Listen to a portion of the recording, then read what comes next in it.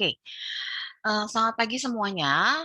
Untuk mata kuliah kewirausahaan, pertemuan kali ini kita akan membahas mengenai funding early adopter. Setelah sebelumnya kita membahas idea versus opportunity, lalu juga ada design thinking, sampai akhirnya Anda harus meredesign, tugas Anda yaitu meredesign wallet atau dompet gitu kan, sesuai dengan kebutuhan dari customer Anda. Anda melakukan proses metode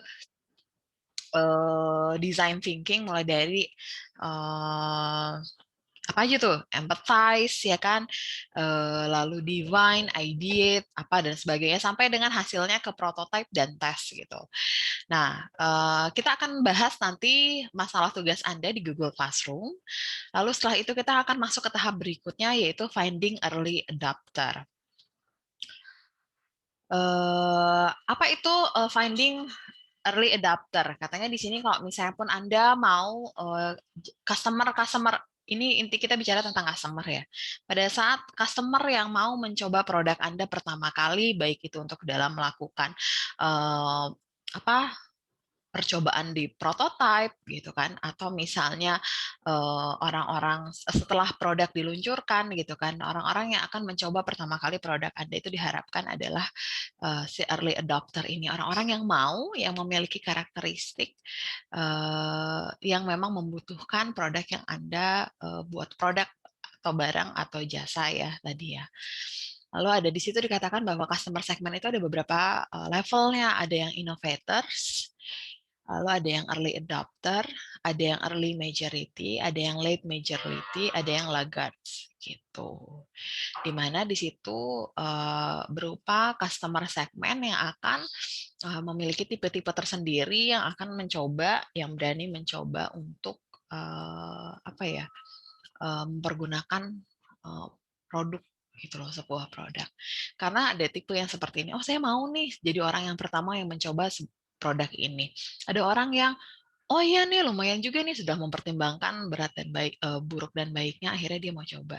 Ada juga orang yang enggak yang udah dulu dipakai banyak orang, baru dia mau gitu kan. Nah, beda-beda tipenya. Nah, gitu. Jadi, kenapa kita akan fokus mungkin ke early adopter atau mungkin ke innovator gitu kan. Innovator dan early adopter karena memang orang-orang inilah yang akan kita pasarkan untuk mencoba produk baik barang dan jasa yang pertama kali setelah Anda launching produk Anda gitu. Di sini definisi dan karakteristik dari early adopter. Di sini definisinya adalah bagian kecil dari segmen pelanggan yang diharapkan akan menggunakan solusi pertama kali. Mungkin kenapa solusi ya Bu, tidak produk gitu ya? Kan produk dari barang dan jasa ini akan berupa menjadi solusi terhadap masalah dari customer gitu loh. Apakah itu akan menjadi permasalahan seluruh segmen customer? Ya mungkin tidak gitu kan. Nah, jadi akan menjadi solusi bagi beberapa segmen pelanggan gitu. Lalu apa karakter khususnya orang yang mengalami permasalahan dengan intensitas dan frekuensi yang lebih tinggi dibanding orang lain di segmen yang sama? Lalu bagaimana karakteristik khusus ini dalam konteks produk Anda? Nah, Anda harus memilih gitu kan. Pada saat Anda melakukan tadi yang di awal gitu kan, Anda melakukan kayak redesign wallet gitu kan. Anda mungkin bertanya dulu nih gitu, cari tahu dulu. Setelah Anda mencari tahu, Anda bisa melakukan menggali lebih dalam ya kan, dig deeper itu loh. Nah, Anda mencari nih orang-orang yang benar-benar memang membutuhkan solusi dari Anda. Nah, itulah dia karakter khusus yang harus dimiliki oleh seorang early adopter, segmen pasar early adopter. Karakteristik dan definisinya, ini masih karakteristik dan definisinya. Apa perbedaan antara karakter umum early adopter dengan innovator katanya? Kalau kita mungkin ke innovator dulu karena yang pertama innovator ya gitu loh. Innovator itu orang-orang yang mau mengambil resiko atau menggunakan solusi yang baru. Lalu memiliki kekuatan dengan sumber keilmuan dan teknologi. Mungkin dia mengetahui jauh lebih banyak ya tentang solusi yang di offering gitu kan, nggak mungkin orang mau mencoba tapi nggak tahu gitu kan. Lalu memiliki interaksi dengan inovator lainnya. Jaring mungkin dia bagus. Kemampuan finansial yang sangat tinggi. Oke, ini jelas ya pasti ya. Lalu ada namanya karakter umum early adopter. Di sini dikatakan orang yang pendapat atau pemikirannya memiliki pengaruh. Ya, berusia lebih muda. Mungkin di sini lebih muda karena dia mau mencoba ya gitu loh, tidak terlalu banyak berpikir gitu, tidak seperti orang-orang tua yang berumur yang mungkin lebih banyak pemikirannya, aduh saya takut ini, saya takut itu gitu. Lalu ada kemampuan finansial lebih tinggi, logika, tingkat pendidikan lebih tinggi, dan aktif berinteraksi sosial. Ini juga logika ya, gitu. Contoh early adopter, contoh pada kasus Kakatu, katanya aplikasi parental control pada Android. Kebetulan saya nggak pakai, saya pakainya iOS gitu kan. Mungkin Anda bisa bisa melihat gitulah Kakatu itu apa sih gitu kan. Ternyata di sini si Kakatu ini adalah memberikan solusi untuk parental control ya kan kepada orang tua. Nah di sini customer segmennya sebenarnya adalah orang tua yang memiliki anak berusia 7 sampai 15 tahun gitu loh.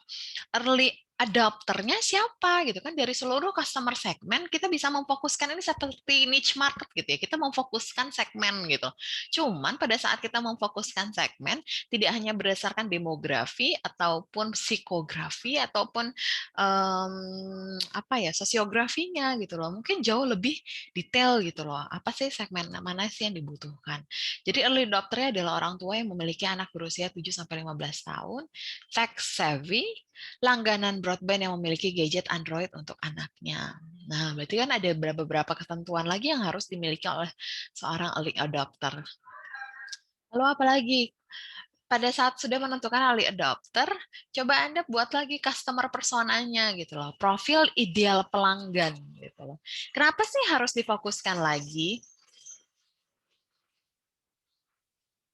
Oke, kenapa harus difokuskan lagi ya? Karena tidak hanya mungkin kita tidak akan mengambil semua early adopter yang akan kita jadikan untuk pengguna solusi yang kita berikan gitu loh. Ada namanya customer persona. Customer persona ini adalah satu metode dalam Anda untuk mengidentifikasi customer Anda gitu loh. Mulai dari background-nya, background customer Anda itu siapa? Contohnya Sally nih di gambar ini ya kan si Sally. Background-nya apa? Oh ternyata dia adalah mahasiswi. Demografiknya gimana? Dia tinggal di daerah ini, segala macam. Goals-nya apa? Tujuan si Sally-nya, hobi and interest-nya apa? Challenge-nya apa? Common objection-nya apa? Lalu biggest fears-nya apa? Nah ini template ini bisa Anda pergunakan untuk bisa memfokuskan dari early adopter gitu loh.